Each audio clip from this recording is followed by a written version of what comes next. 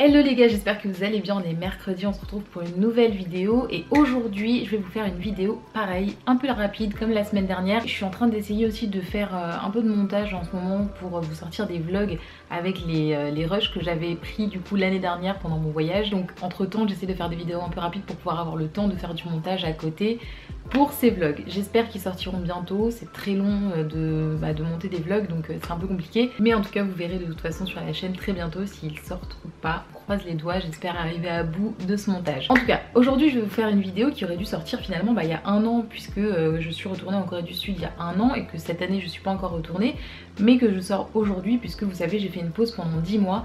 D'ailleurs j'ai eu des petites questions sur Instagram pour connaître les raisons de mon absence etc. Même si c'était des messages généralement qui me disaient trop content que tu sois revenu et tout. Petit aparté dans cette vidéo, je vous explique la raison de mon absence. Juste après mon retour de Corée du Sud, donc je suis partie de mai à juin 2022.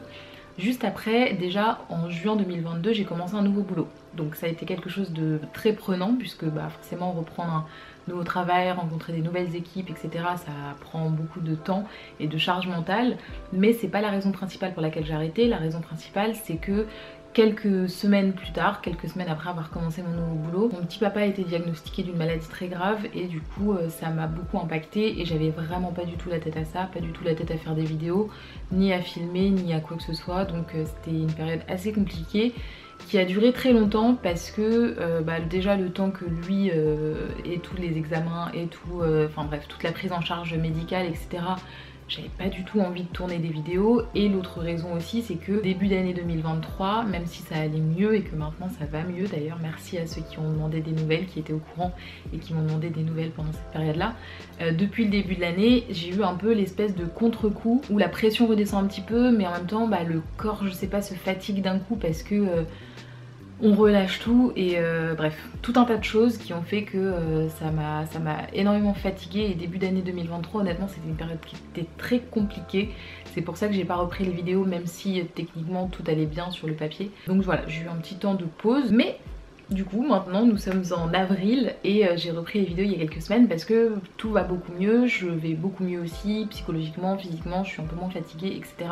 Donc c'est la raison pour laquelle je suis de retour sur YouTube. J'espère que vous comprendrez du coup pourquoi est-ce que j'ai été absente aussi longtemps. Tout ceci étant dit les gars, on va passer au sujet de la vidéo du jour et donc comme je vous le disais c'est une vidéo que j'aurais dû sortir normalement il y a un an parce que quand je suis partie en 2022, il faut savoir que ça faisait 2 ans grosso modo, 2-3 ans que j'étais pas partie en Corée du Sud à cause du Covid. Donc la dernière fois que j'étais partie en Corée c'était en 2019.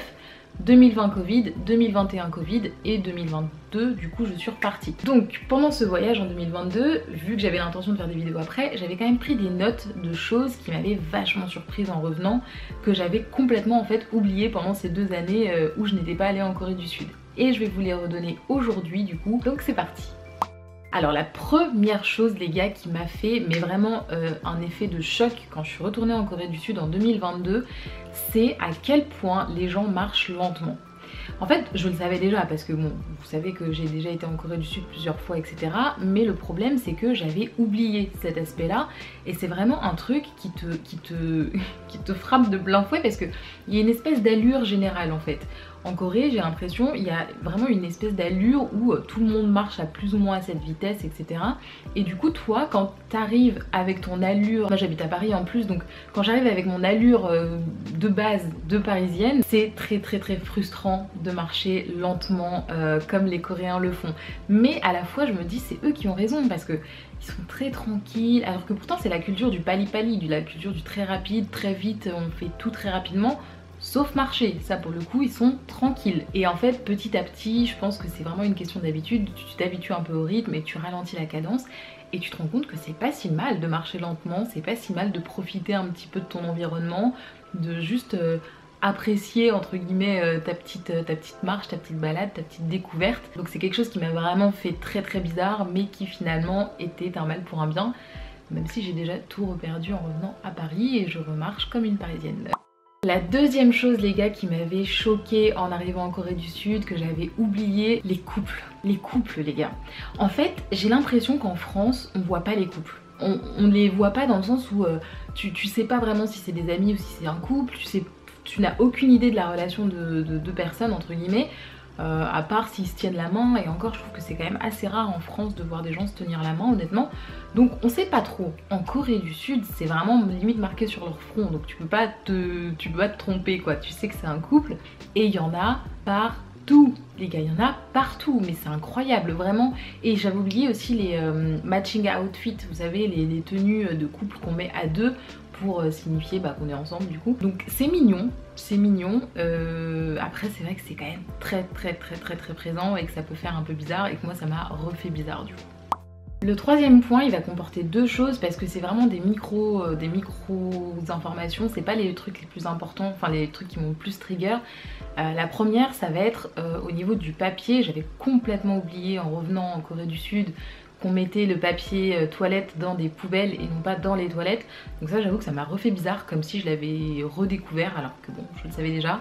Mais très étrange et il faut vraiment s'habituer pour le coup parce qu'on oublie très vite cette habitude là. Et l'autre habitude un petit peu dans le même style, pas dans le même registre mais un petit peu dans la même légèreté entre guillemets, c'est que les gens ne tiennent pas les portes.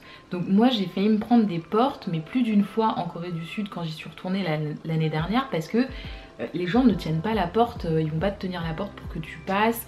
Quand tu leur tiens la porte ils vont pas forcément te dire merci, ça va être surtout très bizarre. Donc tous ces trucs là qui sont culturellement différents, et je vous ai fait une tonne de vidéos sur les différences culturelles entre la France et la Corée du Sud. J'en ai d'autres qui arrivent d'ailleurs, je vais faire sûrement une partie, je sais même pas une partie combien parce que je sais même plus à combien j'en suis de partie de ce concept là. Mais en tout cas c'est vrai que j'en avais parlé donc dans une des vidéos.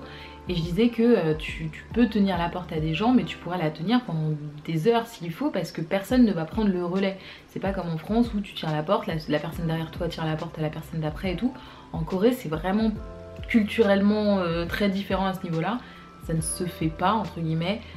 J'imagine que la personne à qui tu tiens la porte va être contente quoi, mais ça va être juste bizarre et c'est vraiment parce que t'es un étranger et ça va se ressentir. Donc voilà, j'ai fait me prendre plusieurs fois des portes dans la figure du coup en 2022 puisque j'avais oublié ce concept là. Alors ensuite dans le métro les gars, j'avais complètement oublié à quel point il faisait froid dans le métro. Moi j'y étais au mois de mai-juin à peu près, donc il commençait déjà à faire un petit peu chaud et il y avait la clim dans le métro.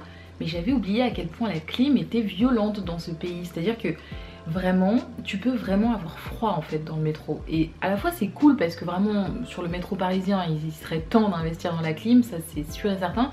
Autant en Corée les gars, un petit dosage quand même parce que des fois tu te l'écailles en fait, vraiment tu te l'écailles. Donc ça c'est un truc que j'avais pour le coup complètement oublié et qu'il faut pour le coup pas oublier. Donc si vous partez en Corée du Sud d'ailleurs en été, je sais que j'ai pas mal de copines qui partent en été bientôt là en Corée du Sud, pensez à prendre une petite veste ou un petit foulard ou un petit gilet pour le métro, même si vous êtes en t-shirt dehors, parce que la différence de température est quand même assez rude et je pense qu'on peut vite tomber malade. Et toujours à propos du métro, un truc où je me suis fait avoir mais comme une débutante l'année dernière, c'est que le métro en Corée du Sud, en tout cas à Séoul, se termine aux alentours de minuit, un truc comme ça. Enfin ça se termine quand même relativement tôt par rapport à certaines lignes dans Paris qui vont se terminer vers 1h je crois, peut-être même plus tard, je sais pas exactement mais bref.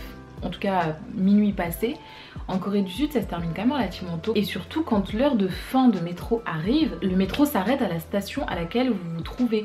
Donc il n'y aura pas de retour au terminus ou de oh j'ai pris le dernier métro, je vais pouvoir prendre toute la ligne, faire toute la ligne etc. Donc moi je me suis fait avoir l'été dernier parce que j'ai pris un métro super tard, je voulais rentrer du coup chez moi donc à la station de Hongdae. Le problème c'est que j'ai pris le métro trop tard et que en fait quand il s'est arrêté, donc à l'heure de fin, je n'étais pas encore arrivée à Hongdae, donc j'ai dû finir le trajet en taxi je crois j'ai fait. Mais en tout cas j'ai pas pu rentrer chez moi en métro et ça faut faire attention parce que à tout moment vous pouvez vous retrouver dans des situations compliquées. En Corée c'est différent donc faites bien attention. Et enfin les gars, on va arriver au dernier point de cette vidéo, des choses qui m'ont le plus surprise en revenant en Corée du Sud que j'avais donc oublié. C'est assez banal et en même temps ça m'a vraiment frappé de plein fouet quand j'y suis retournée. J'en avais parlé d'ailleurs avec un pote avec qui j'étais sur place du coup qui s'appelle Stan, donc Stan si t'es sur la vidéo je te fais des bisous. Je me rappelle que je lui avais dit à un moment donné que c'était presque oppressant de voir à quel point il y avait de la consommation dans tous les coins de rue en fait. Enfin c'est même pas dans tous les coins de rue, c'est dans partout en fait, partout autour de toi il y a de la consommation, que ce soit des restaurants, que ce soit des bars, que ce soit des cafés, que ce soit des boutiques de vêtements, des boutiques de bijoux, des boutiques de tout ce que tu veux, des convenience stores etc. En fait il n'y a pas un endroit où tu vas regarder où il n'y a pas un truc à consommer. Alors Là je parle vraiment des quartiers où ça bouge quand même relativement beaucoup, parce qu'il y a aussi pas mal de quartiers résidentiels où il n'y a pas du tout de trucs à acheter ou quoi que ce soit. Moi je parle plutôt quand on se balade dans des quartiers un peu vivants. Ça m'a un peu perturbée quand j'y suis retournée, parce que je m'étais un peu réhabituée à la France, enfin, ce qui est normal puisque j'habite ici depuis toujours, mais étant donné que j'allais en Corée du Sud tous les ans, j'étais jamais vraiment sortie de ce mode de consommation que je voyais une fois par an. C'est-à-dire que je voyais des restos, des cafés, comme je l'ai expliqué juste avant, partout, et c'était une fois par an, donc bon, à la limite, vraiment cette idée sortait jamais vraiment de mon cerveau à 100%. Là, le fait d'avoir fait 2 ans de pause, ça fait quand même 7 ans que j'ai jamais fait autant de temps sans aller en Corée du Sud qu'en 2020-2021. Donc pendant toute cette période-là, en fait, j'ai mon cerveau qui a effacé plein d'informations que j'avais l'habitude de voir assez régulièrement tous les ans. Et c'est quand je suis revenue dans le pays que je me suis dit, mais c'est quand même vachement étouffant en fait finalement, ouais, d'avoir autant de choses à consommer dans tous les sens, de nourriture, de vêtements, et en fait je trouvais que c'était presque trop. Ça m'a un petit peu fait un effet un peu étrange, mais après bon, c'est une habitude à prendre. Je pense que c'était vraiment parce que j'avais vraiment perdu l'habitude, et que en plus en France, enfin, pour le coup c'est très très différent. Même à Paris, dans les rues qui sont les plus touristiques, les plus commerciales, tout ce que vous voulez, c'est pas au niveau de la Corée, ça ne sera jamais au niveau de la Corée, parce que c'est beaucoup trop espacé, aéré entre guillemets. Et puis de toute façon, rien qu'au niveau de l'architecture, c'est impossible, puisque l'architecture chez nous elle est horizontale, quand en Corée elle est verticale. Donc je pense que c'est le fait que ce soit vertical qui fait que ça étouffe, parce que comme je vous l'ai déjà expliqué aussi dans pas mal de vidéos, en Corée il y a beaucoup de commerces qui vont se faire de façon verticale. Vous allez avoir par exemple au premier étage, enfin, au rez-de-chaussée, un restaurant, à l'étage du dessus, je sais pas, une salle de sport, à l'étage d'encore en haut une boutique de vêtements, à l'étage d'encore en haut un bar, et ça va se faire de bâtiment en bâtiment, empilé, empilé, empilé. Versus en France, notamment à Paris, où c'est très horizontal, vous allez avoir un restaurant, puis une boutique de vêtements, puis machin, puis machin. Ça étouffe un peu moins le regard, ça étouffe un petit peu moins parce qu'on a un truc précis à regarder. Moi c'était surtout à Hongdae que j'avais eu cette sensation, et c'était en journée, c'était pas le soir, mais c'était en journée où je m'étais dit il y a de la musique dans tous les sens, il y a des commerces et des magasins, des cafés, des trucs dans tous les sens, il y a du monde en plus dans les rues. C'était un petit peu étouffant, je vous mens pas, et ça c'est un truc que j'avais oublié, et je crois que d'ailleurs c'est une sensation que j'avais jamais ressentie. Donc je sais pas si c'est à cause de l'âge et parce que maintenant j'aime aussi un peu plus les endroits neutres, les endroits un peu plus calmes, ou si c'est parce que ça a changé vraiment et que c'est devenu beaucoup plus commercial et fréquenté qu'avant, ou si c'est juste un truc que j'avais ressenti à l'époque et qu'en fait juste je m'en souviens pas, je pourrais pas vous dire. Mais en tout cas voilà, c'est un truc qui m'a beaucoup marqué. Et voilà les gars, écoutez, c'est déjà la fin de cette vidéo, j'espère qu'elle vous a plu. C'était assez sympa de revenir sur ces événements là, de vous expliquer aussi la raison de mon absence, il était temps quand même, et de vous expliquer un petit peu les choses qui ont chamboulé mon voyage en Corée du Sud en 2022, ce que j'avais oublié. Et j'ai hâte de voir aussi en 2023 s'il y a eu des changements, parce que le truc c'est que par exemple moi je suis partie en 2022, donc il n'y avait pas on n'était pas trop ressorti du Covid. Par exemple Myeongdong, moi quand j'y étais en 2022 c'était encore mort, parce qu'on était toujours dans les restrictions, dans les machins.